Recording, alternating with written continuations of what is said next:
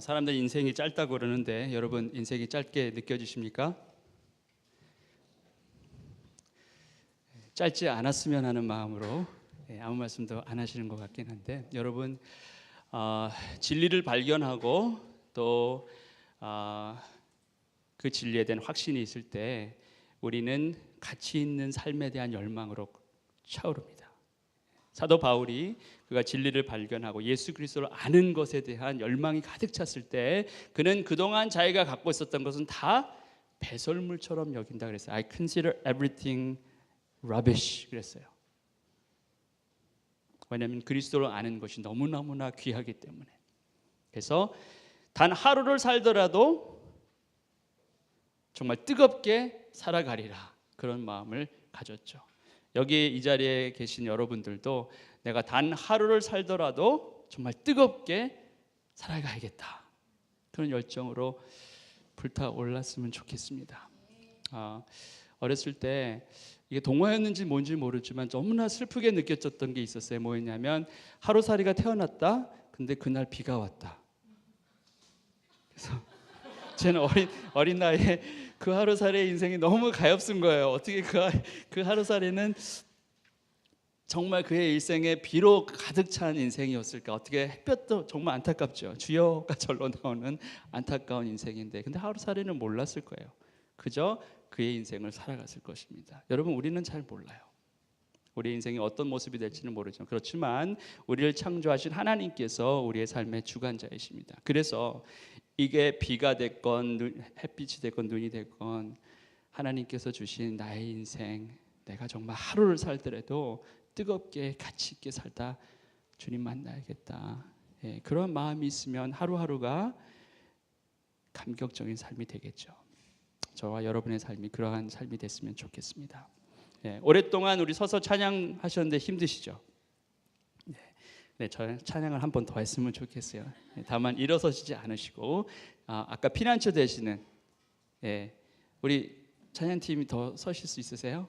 혹시 서실 수 있으시면 한 번 더 찬양하고 했으면 좋겠는데 피난처 되시는 정말 열과 성을 다해서 한번 뜨겁게 찬양했으면 좋겠습니다. 네.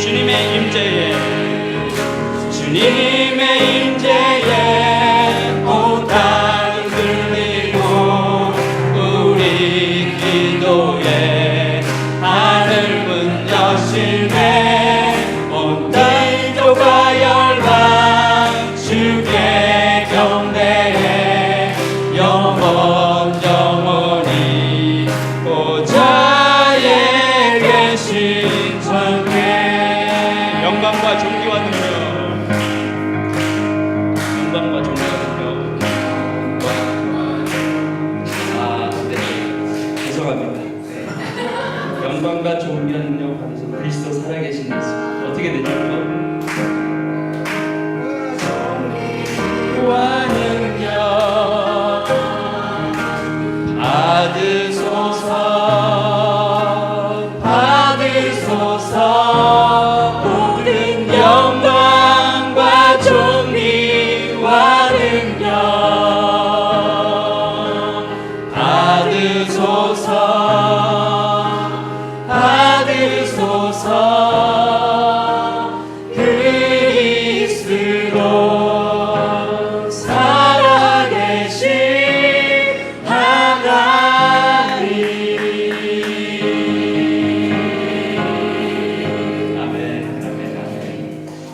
들어가고 싶었던 것 같아요. 모든 영광과 주님께 받으소서. 네, 감사합니다. 우리는 주님께서 돌아가신 분으로 알고 사는 것처럼 사는 경우가 많습니다. 여러분, 주님께서 살아계신 하나님이십니다. 네. 그래서 우리가 두려워할 수가 없어요. 우리가 낙담할 수가 없습니다. 주께서 내가 살았노라, 내가 이미 여기에 있노라, 내가 너와 함께 있노라 하는데 낙담할 수가 없습니다. 여러분, 실패하고 넘어지고 여러 번 합니다. 우리 아이들도 그러잖아요. 근데 포기하지 않습니다. 아버지가 있고 어머니가 있고 그 아버지 어머니에게 달려가죠. 넘어지고 또 넘어져도. 그렇죠? 우리가 살아계신 주님 안에 담대하게 살아가는 저와 여러분이 되길 바랍니다. 자, 전쟁은 극단적입니다. 내가 죽거나 아니면 적이 죽거나입니다. 고대 왕정 시대는 더욱더 그랬습니다. 승리한 왕은 모든 것을 다 차지했고 패배한 왕은 모든 것을 다 잃어버렸습니다. 그리고 그 중에는 자신의 목숨도 대부분 포함되었습니다. 절대적이죠. 자, 다윗이 그의 아들 압살롬의 반정 때문에 왕궁에서 쫓겨갔죠. 도망갔습니다. 자, 그리고는 이제 전열을 정비해서 이제 다시 그의 아들 압살롬과 결전을 앞두고 있습니다.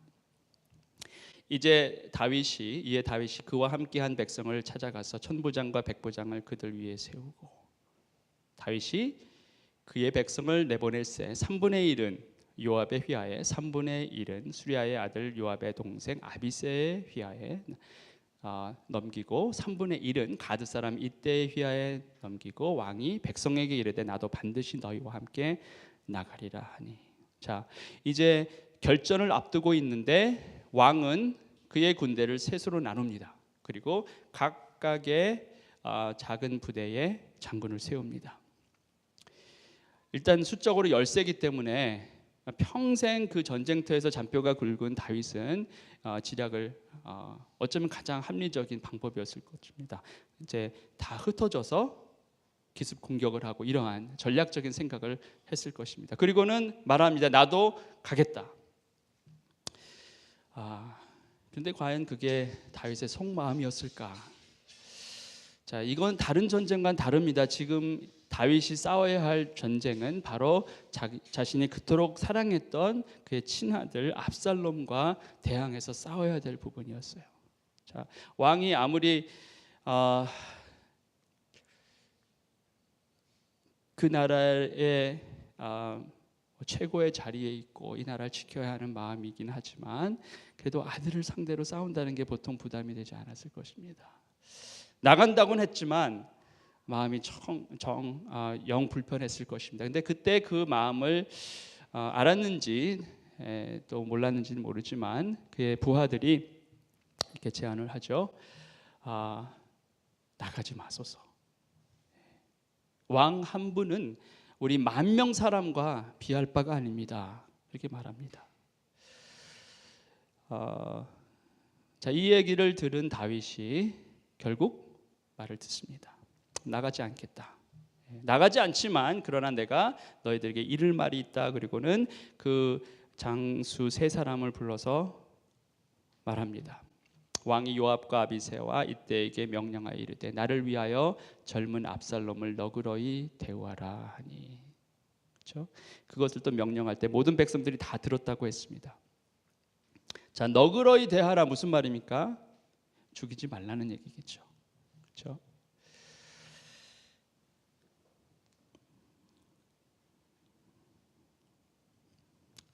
나를 봐서라도 압살롬은 죽이지 말라. 자, 아무리 반정을 일으킨 대역 죄인이라 하더라도 그들도 아들이었다는 거죠. 부모에게 자식은 영원한 자식이죠. 그 자식이 아무리 못나고 아무리 못되고 했어도 자식인 것입니다. 우리 속담에 이런 속담이 있죠.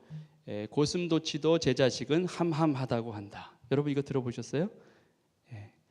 저는 함함이라는 말 처음 들었어요. 함함하다. 여러분 뜻을 아세요? 네. 털이 보드랍고 윤기가 흐른다. 네. 함함. 저는 의성어인 줄 알았어요. 고슴도치가 말을 잘 못하니까 함함. 근데 그게 아니라 사실은 털이 보드랍고 그리고 윤기가 잘 흐르는. 그러니까 아무리 그 가시가 뾰족하게 튀어져 나왔어도 어미에게는, 아비에게는 그냥 너무 사랑스러운 자기 새끼인 거예요. 여러분, 고슴도치가 그 가시 털이 평균 몇 개가 꽂혀 있는지 아십니까? 저도 몰랐는데 고슴도치 한 마리당 평균 16,000개래요. 엄청나죠. 예, 우리는 셀 수가 없습니다. 그런데 누군가 세어봤나 봐요. 그래서 16,000개의 가시가 가득 있는데, 와, 그거를 어미와 아비는 사랑스럽게 본다는 거죠. 다윗도 그의 아들 압살롬을 향해서 아마 이런 마음이었을 것입니다. 그 뾰족한 가시로 자신을 수없이 찌르고 또 찔러도 여전히 아버지 다윗은 아들 압살롬을 미워할 수 없습니다. 장수들이 이제 군을 이끌고 전쟁터로 나가고 전쟁의 결과는 어떻습니까?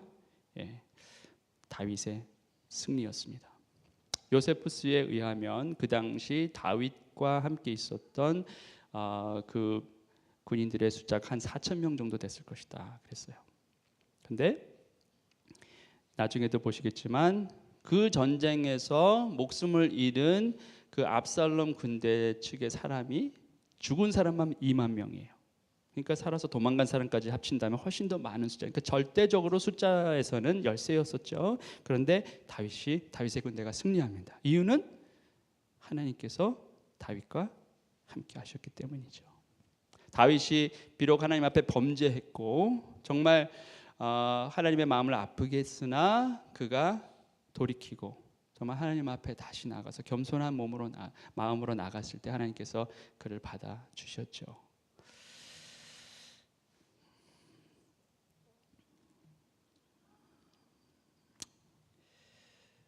전적으로 하나님의 은혜였습니다. 보세요. 예. 전사자가 많아 2만 명에 이르렀고 그 땅에서 사면으로 퍼져 싸웠으므로 그날에 수풀에서 죽은 자가 칼에 죽은 자보다 많았더라. 정말 수많은 사람들이 목숨을 잃게 되었습니다. 자, 다윗의 인생을 봤을 때도 그가 자신의 왕궁을 떠났을 때 그의 인생이 끝난 것처럼 보였을 거예요. 어떤 사람들에게 이제 다윗은 끝이 났다. 자, 그가 머리를 다 풀어헤치고 맨발로 그 감람산을 울며 올라갔다고 그랬죠. 그때 사람들이 다윗을 보고 이제 다윗의 시대는 저물었다.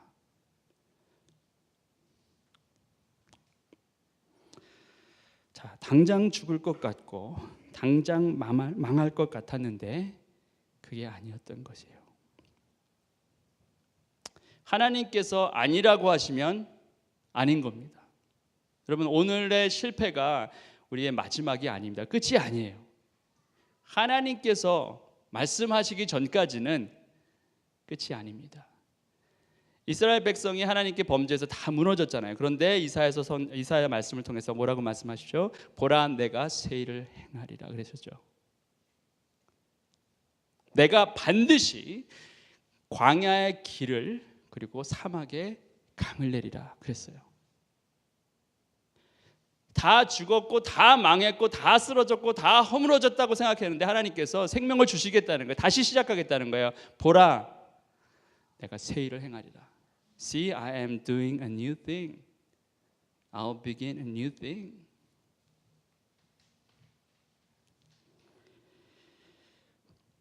광야의 길을 내시고 사막의 강을 내시는 분이 우리 하나님이십니다. 하나님을 경외하는 자는 망하지 않습니다. 세상은 그를 망했다라고 칭할 수 있지만 하나님의 눈에서는 결코 망한 자가 아닙니다. 다 죽은 것 같을 때라도 결코 죽은 것이 아닙니다. 자, 다윗이 다시 회생합니다. 전쟁의 승리는 다윗을 다시 예루살렘 궁전으로 돌아오게 합니다. 자, 그런데 압살롬은 어땠습니까? 압살롬이 다윗의 부하들과 마주치니라. 압살롬이 노새를 탔는데 그 노새가 큰 상수리나무 번성한 가지 아래로 지날 때에 압살롬의 머리가 그 상수리나무에 걸림에 그가 공중과 그 땅 사이에 달리고 그가 탔던 노새는 그 아래로 빠져나간지라. 어떤 분이 상상력을 발휘해서 그림을 그렸어요. 네, 이런 모습이었을 것이다 라는 거죠. 자, 압살롬의 머리는 그의 탁월함의 상징이었습니다. 그렇죠? 그의 자랑이었어요. 그의 머리가 얼마나 무거웠는지 기억나시죠? 200시켈입니다. 와, 2.3kg라고 그랬나요? 예, 머리카락 무게가 2.3kg였어요. 그렇게 크고 아름답고 머리부터 발끝까지 정말 아름다웠던 압살롬이었는데 결국 그의 자랑이었던 그 머리로 말미암아 그는 죽음에 이르게 됩니다. 상수리 나무에 걸려서 대롱대롱 달리게 되었죠.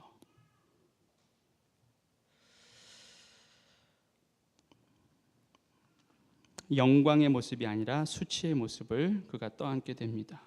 자, 오늘의 영광이 결코 영원할 수 없다는 증거죠. 하나님을 멸시하고 하나님의 뜻을 경히 여기는 사람의 최후를 성경은 이렇게 극단적으로 묘사하고 있는 것입니다. 그래서 우리는 결코 자고해서는 안 됩니다. 내가 가진 것 모두가 오늘 당장 내 눈앞에서 다 사라질 수도 있기 때문에 그렇습니다. 자, 누가 압살롬의 최후가 이렇게 될 것이라 추측이나 했겠습니까? 그런데 그런 일이 벌어졌습니다. 그 권세와 그 능력이 정말 하늘을 찌를 것 같다라고 하는 사람들도 오늘날도 그렇습니다. 하루아침에 그 모든 것을 다 잃어버리고 그 모든 영예와 영광을 다 잃어버린 사람들이 많습니다. 요새 지금 한창 선거철이죠. 그래서 정말 어제도 그 KDI 학생들 픽업하려고 가서 이렇게 오는 길에 사람들이 쫙 서서 이렇게 유니폼 딱 입고 장갑 하얀 장갑 끼고 그리고 다 이렇게 인사하잖아요. 예. 그래서 외국인들이 묻는 거예요. 왜 저러냐고. 그래서 아니 여기 그냥 캠페인 중이다. 예, 후보자들이 이렇게 자신을 뽑아달라, 자신을 믿어달라 이렇게 막 열심히 하는 거다. 그러니까 자기는 너무 의외라는 거예요. 내가 만약에 유권자라면 나는 안 뽑아줄 것 같다는 거예요. 그러면 그래서 사람마다 좀 생각은 다를 수 있다. 근데 만약에 모든 후보자들이 다 그러면 어떻게 할 건데? 그러니까 막 고민에 빠지는 거예요. 그럼 내가 어떻게 해야 되나? 예. 정말 성심성의를 다해서 열심히 시민들을 봉사하고자 하는 또 국민들을 위해서 일하겠다는 그들의 마음이 있습니다. 근데 불행히 그 마음이 계속 가지 않죠. 그렇게 계속 가는 사람이 있으면 참 좋겠어요. 그러면 정말 많이 변할 것입니다. 왜냐하면 그 중간에 사람들의 마음이 바뀌어요. 파워가 주는, 권력이 주는 그러한 힘이 있습니다. 그런데 정말 하나님께서 세운 귀한 종들이고 일꾼들이라면 그 마음들이 계속 지속될 수 있을 것입니다. 여러분들이 정말 좋은 리더들이 뽑힐 수 있도록 기도해 주시기 바랍니다. 예, 그리고 그들의 마음이 변심하지 않고 정말 하나님을 경외하는 마음으로 자신들에게 주어진 일들을 잘 감당하는 일꾼들이 되기를 여러분들이 같이 중보해 주셨으면 좋겠습니다. 요압이 이르되 나는 너와 같이 지체할 수 없다 하고 손에 작은 창 셋을 가지고 가서 상수리 나무 가운데에서 아직 살아있는 압살롬의 심장을 찌르니 그렇게 되어 있습니다. 자, 나는 지체할 수 없다 무슨 말입니까? 그 나무 위에 압살롬이 달려 있을 때 사람들이 어찌할 바를 모릅니다. 왕의 어쨌든 아들이잖아요. 그렇죠? 반역자긴 하지만 어떻게 감당할 수도 없고, 그리고 분명히 들었어요. 다윗 왕이 장수들에게 내 압살롬에게 너그러이 대하라. 예. 그 말을 분명히 들었기 때문에 정말 두려워서라도 아무것도 할 수 없었죠. 그런데 그 말을 그 지시를 직접 들었던 요압 장군은 생각이 달랐어요. 이 악의 뿌리는 깨끗하게 도말시켜야 된다. 깨끗하게 없애야 된다. 나중에 다시 돌아와서 또 세력을 키우고 또 반정을 하게 되면 어떻게 될 것인가. 아마 속으로 그런 생각을 했을 것입니다. 그래서 자신이 섬기는 왕 다윗 왕의 지시를 어기고 그가 가서 너희들이 그러면 안 하겠다, 내가 하겠다 하고는 창을 던져서 그의 심장을 찌르죠. 결국은 그가 압살롬이 내려왔을 때 청년 10명이 둘러서서 결국은 죽이게 됩니다. 압살롬을 에워싸고 쳐 죽이니라. 자, 성경은 참 잔인하게 아주 아무렇지도 않게 이렇게 강력한 말 씁니다. 왜 그럴까요? 하나님께서 정말 두려우신 하나님, 거룩하신 하나님이시다는 것을 분명하게 밝히는 겁니다. 우리는 대충 해서 하나님을 속일 수 없습니다. 대충 해서 얼버무려서 하나님의 진노를 피해갈 수 없다라는 것입니다. 자, 그런데 이 이유가 더 비참합니다. 보세요. 그들이 압살롬을 옮겨다가 숲을 가운데 큰 구멍에 그를 던지고 그 위에 매우 큰 돌무더기를 쌓으니라. 온 이스라엘 무리가 각기 장막으로 도망하니라. 자, 죽임을 당한 것도 좀 비참한데 그 위에 돌무더기가 쌓였다고 합니다. 자, 이게 무슨 의미입니까? 돌무더기가 쌓였다는 것은 하나님의 저주를 받았다, 하나님의 심판을 받았다의 상징이에요. 자, 그의 인생이 그렇게 허무하게 사그러들고 말았습니다. 한때는 정말 주목받는 차세대 리더로서 용모도 훌륭하고 리더십도 훌륭하고 인품도 훌륭하다고 생각했었는데 사실은 그렇지 않았다는 것이죠.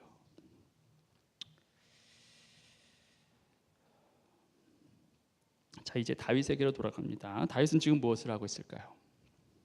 때에 다윗이 두 문 사이에 앉아 있더라. 자, 집에 평안히 앉아서 방 안에서 있을 수가 없었던 거죠. 자기 부하들을 다 전쟁터에 보내고 그리고 아들 압살롬이 어떻게 될지도 모르는 상황에서 그가 편하게 앉아 있을 수가 없었을 것입니다. 그래서 성문 앞에서 기다리고 있었어요. 자, 그런데 전령 둘이 소식을 전합니다. 한 사람은 사독의 아들 아히마스죠. 제사장 사독의 아들 아히마스가 있고 두 번째 사람은 이름은 없고 그저 구스 사람이다. 그렇게 성경은 기록하고 있습니다. 원래는 이 아히마스가 요압 왕께 가서 요압 그 장군에게 가서 장군님이여 제가 승전보를 다윗 왕께 전하게 해주세요. 그렇게 요청을 합니다. 그런데 요압은 다윗이 말했던 것이 기억이 나잖아요. 압살롬을 건들지 말라 이 말을 기억을 하니까 지금 이렇게 승전보를 전하면 어차피 압살롬 얘기를 할 텐데 굉장히 힘든 거예요. 그리고 아히마스의 성품이라는 걸 봤을 때 좀 아닌 것 같아요. 그래서 요압이 거절을 합니다.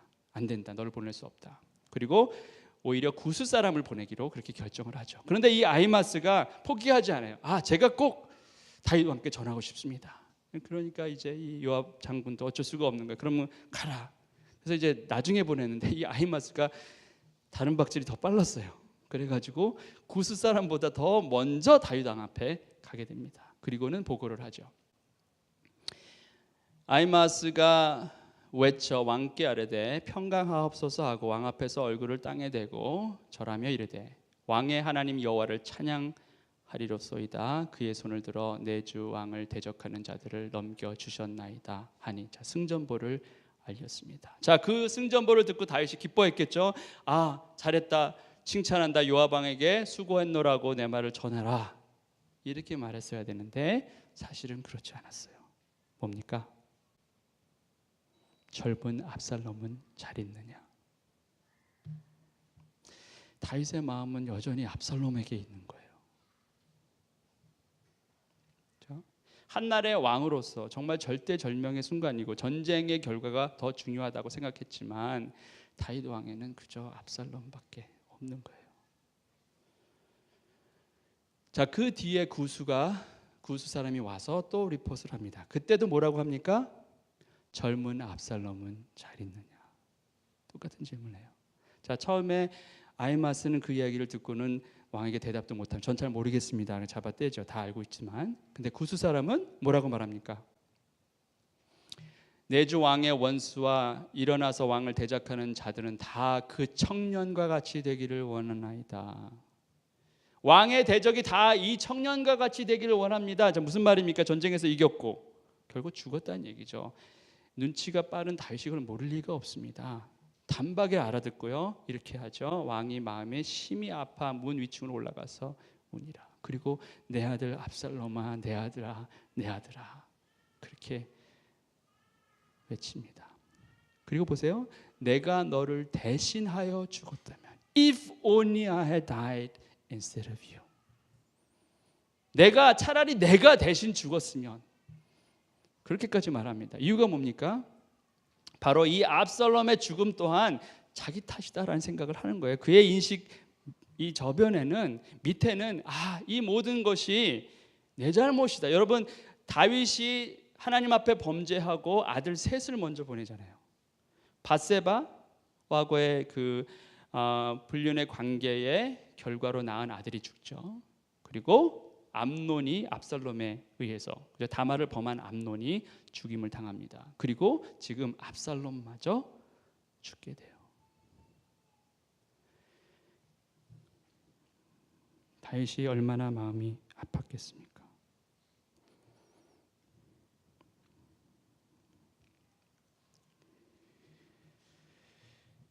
그런데 여러분, 압살롬의 삶을 자세히 보면 그의 인생이 참 불쌍하다는 생각이 들어요. 왜냐하면 성경에 드러난 압살롬의 인생은 대부분은 그가 분노 가운데 있는 삶이었어요. 자신의 친여자 동생이죠, 다말이 암논 이복 형에게 겁탈을 당하고 나서 그 분을 억누르는데 2년을 보내죠.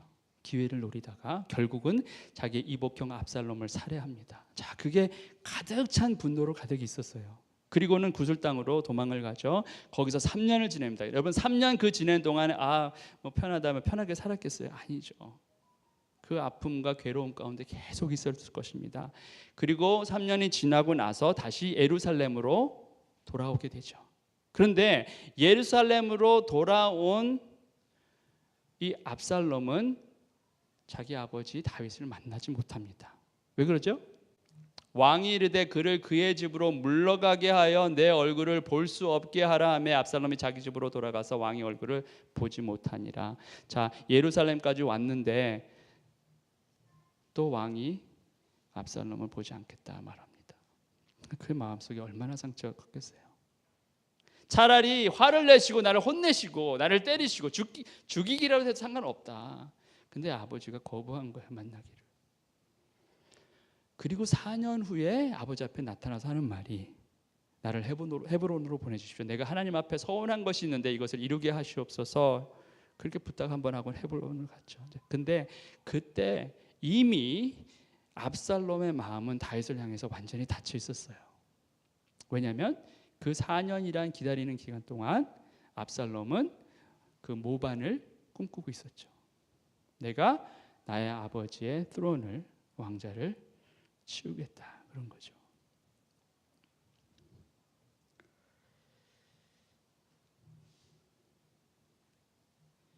어쩌면 압살롬은 자신은 단 한 번도 아버지의 사랑을 온전히 받지 못했던 사람이다, 이렇게 여겼을 것입니다. 근데 사실은 그렇지 않았죠. 아버지 다윗에게 압살롬은 언제나 마음이 짠한 아들이었습니다. 너무나 안타깝고 안쓰러운 아들이었어요. 구슬로 압살롬이 도망갔을 때도 날마다 압살롬 생각을 했어요. 보세요. 압살롬은 도망하여 구슬왕 암미홀의 아들 달메게로 갔고 다윗은 날마다 그의 아들로 말미암아 슬퍼하니라 그랬어요. 정말 안타까운 그의 아들을 향해서 정말 가슴 찌으며 아파했던 다윗인데 문제는 압살롬은 그걸 몰랐다는 거예요. 왜냐하면 다윗이 그것을 드러내지 않았다는 겁니다.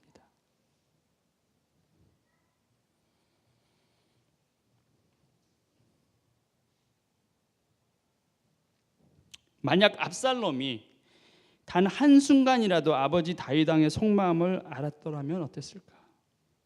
만약 한순간이라도 아버지의 진심을 볼 수 있었다면 어땠을까? 그가 이토록 비참한 최후를 맞지는 않지 않았을까? 물론 성경에서 if 만약에라는 건 없죠.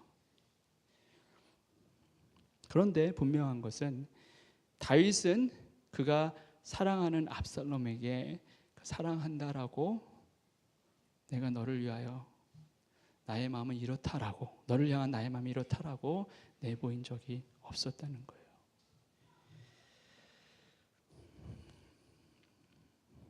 우리는 어떻습니까? 여러분은 오늘도 여러분을 향해 사랑한다 딸아, 사랑한다 아들아 말씀하시는 하나님의 음성이 들리십니까? 아니면 여러분은 안중에도 없는 것 같은 하나님 때문에 속상해서 비뚤어지고 싶은 그런 마음이십니까?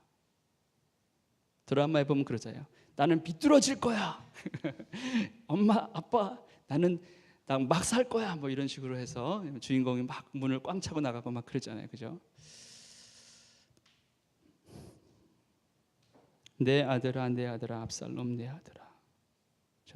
다윗은 이제 다시는 못 볼 압살롬의 이름을 그렇게 불러봅니다. 그런데 그 아들은 돌아오지 않습니다. 다윗에게는 더 이상 기회가 없습니다. 여러분들은 어떠십니까? 오늘 여러분은 여러분의 아들과 딸, 여러분의 자녀와 충분한 시간을 보내고 계십니까? 부탁입니다. 그들을 외롭게 하지 마시기 바랍니다. 여러분의 배우자, 여러분의 자녀, 여러분의 부모님을 외롭게 만들지 마시기 바랍니다. 오늘이라는 기회가 왔을 때 그 기회를 놓치지 마시길 바랍니다. 오늘은 오늘이지 내일이 아니기 때문에 그렇습니다. 그리고 내일은 없을 수도 있습니다. 다윗은 속으로 아들 압살롬이 언젠가는 뉘우치고 자신에게 돌아올 것이다 이렇게 소망하고 그렇게 예상할 수도 있었을 거예요. 내가 내 아들이 이렇게 사랑하는데 이렇게 사랑하는 내 아들이 나를 영원히 등지고 돌아설까? 언젠가는 돌아올 거야. 그건 다윗의 생각이었을 뿐이에요. 안타깝게도. 여러분이 여러분의 자녀들을, 배우자를 아무리 사랑한다고 해도 그 자녀들이, 그 배우자들이 그 사랑을 알지 못하면 아무것도 아닙니다.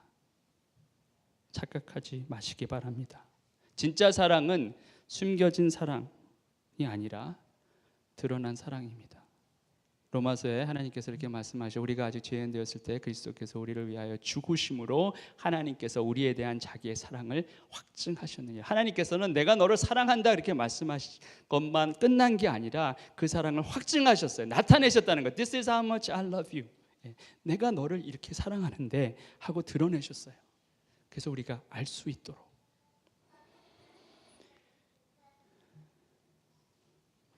오늘이 다 가기 전 여러분의 사랑을 드러내시기 바랍니다. 사랑하면 사랑한다 말씀하시길 바랍니다.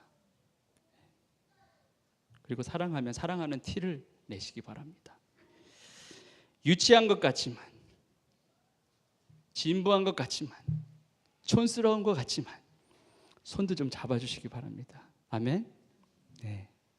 지금 한번 연습해 보세요.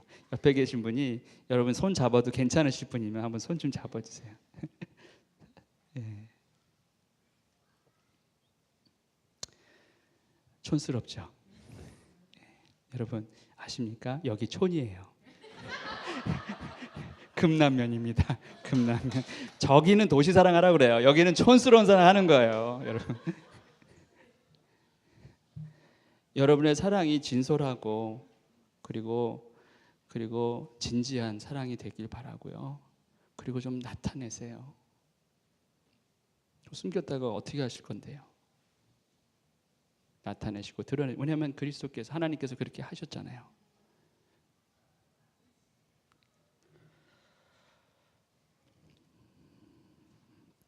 오늘 하나님께서 여러분에게 사랑 고백을 하시고 여러분의 가슴 속에 들어가겠노라, 내가 너와 함께 동행하겠노라 하시면 거부하지 마시기 바랍니다. 하나님의 손을 잡으시고 또 여러분의 배우자가, 여러분의 자녀가, 또 여러분의 부모님, 정말 여러분이 너무너무 사랑하고 아끼는 사람에게 정말 한없이 사랑을 드러내시길 바랍니다. 후회하지 마세요. 꼭 그러시길 바랍니다. 그 위대한 다윗도 실패했어요. 안타깝습니다. 물론 그것이 다 다윗의 잘못은 아니죠. 압살롬이 그의 마음이 강팍하고 하나님을 경외하지 않았던 것은 분명한 사실입니다. 그러나 만약에 다윗이 아비로서 다른 길을 택했다면 어땠을까? 여러분들도 기회가 있을 이때 그 기회를 놓치지 마시길 바랍니다. 멋지고 촌스러운 사랑에 익숙해지는 여러분이 되시길 주님의 이름으로 축원합니다. 네, 기도하시겠습니다.